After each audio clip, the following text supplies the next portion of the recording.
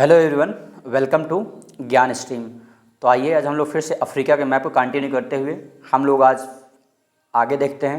तो आइए शुरू करते हैं। जैसा कि अभी तक हम लोगों ने मोरक्को से चलना शुरू किया था, तो मोरक्को से होते हुए हम लोगों ने यहाँ मोरक्को देखा, फिर ट्यूनीशिया, फिर अल्जीरिया, फिर यहाँ पे लीबिया, फिर यहाँ पे इजिप्ट, फिर यहाँ पे हम लोगों ने इरिट्रिया देखा। इरिट्रिया के बाद हम लोग जिबूती, जिबूती के बाद हम लोगों ने सोमालिया, सोमालिया के बाद हम लोगों ने केन्या, केन्या के बाद उसके बाद तंजानिया, तंजानिया के बाद उसके बाद मोज़ैम्बिक, मोज़ैम्बिक के बाद हम लोगों ने दक्षिण अफ्रीका को देखा था। दक्षिण अफ्रीका के आज हम लोग ऊपर देख रहे हैं जो है जिम्बाब्वे और जाम्बिया, जिम्बाब्वे और जाम्बिया। जैसे जिम्बाब्वे में एक प्लेस है, जिम्बाब्वे में ही यानी एक प्लेस है जिसे हम लोग बुलावायो बोलते हैं।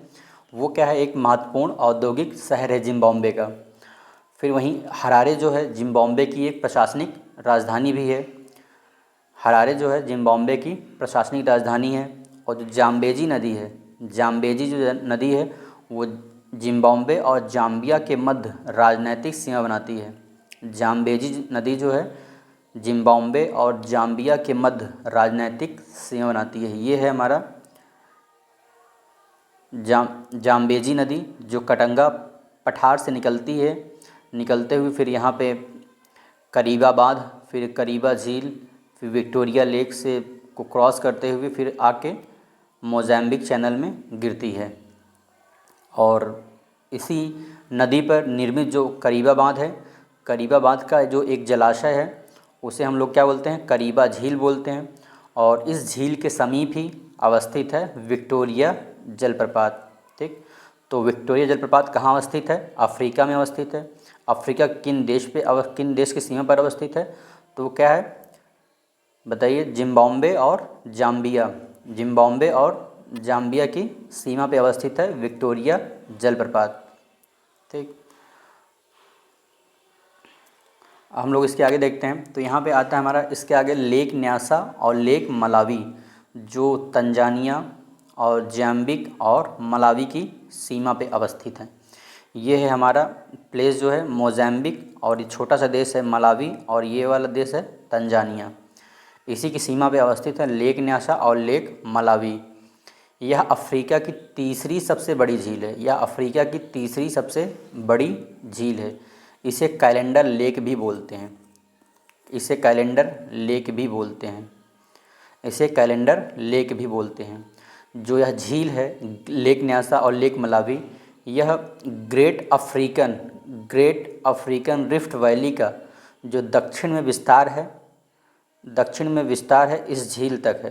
दक्षिण में जो विस्तार है ग्रेट अफ्रीकन रिफ्ट वैली का, वो लेक न्यासा और लेक मलावी झील तक, इस झील तक है, लेक न्यासा और लेक मलावी तक है।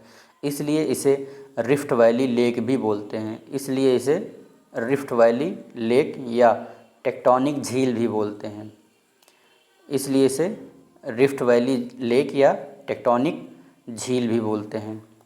ठीक, फिर उसके आगे हम लोग देखते हैं, उसके आगे हमारा है तंजनाइका, उसके आगे है तंजनाइका, और ये हमारा बुरुंडी छोटा सा देश है, और ये है डेमोक्रेटिक रिपब्लिक कांगो, कांगो गणराज्य।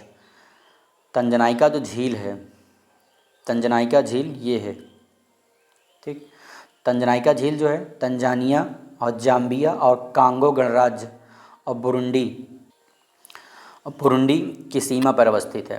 यानी जो तंजनाइका झील है इन चार देशों के मध्य अपनी सीमा साझा करता है। कौन कौन से देश हैं, तंजानिया, जाम्बिया, कांगो गणराज्य और बुरुंडी।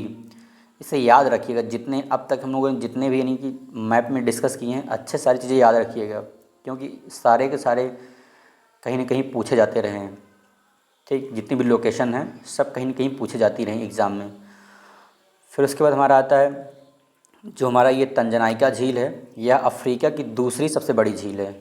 तंजनाइका झील है अफ्रीका की दूसरी सबसे बड़ी झील है, जो विश्व की दूसरी सबसे गहरी झील भी है, जो विश्व की दूसरी सबसे गहरी झील भी है।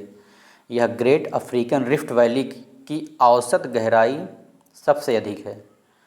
यहाँ जो है ग्रेट अफ्रीकन रिफ्ट वैली के जो औसत गहराई है सबसे अधिक है, यानी तंजनाइका झील में ही ग्रेट अफ्रीकन रिफ्ट वैली का जो विस्तार है यहाँ से पूरा इस तरीके तक, तो वहाँ पे जो विक्टोरिया जो तंजनाइका झील है वहाँ पे सबसे गहरी झील, सबसे गहराई सबसे अधिक है। फिर उसके बाद इस झील का जो तटीय क्षेत्र है, इस झील का जो तटीय क्षेत्र है, इस झील का जो तटीय क्षेत्र है उसे सिसल हेम्प बोलते हैं। सिसल हेम्प यानी रेशेदार फसल, यानी यहाँ पे जो तंजनाइका झील का जो कोस्टल एरिया है वहाँ पर रेशेदार फल की खेती की जाती है, यानी कृषि के लिए वो एक महत्वपूर्ण इन्वायरमेंट उपलब्ध कराता है। ठीक है, तो आई होप कि अब तक की क्लासें आपको अच्छी लगी होंगी, और आपको कोई भी अगर इसके अलावा भी अगर आपको लगता है कुछ और भी चीज़ें देनी चाहिए तो प्लीज़ कमेंट करें, और वीडियो कैसा लगा वो भी बताएं। तो आज के लिए इतना ही, थैंक यू।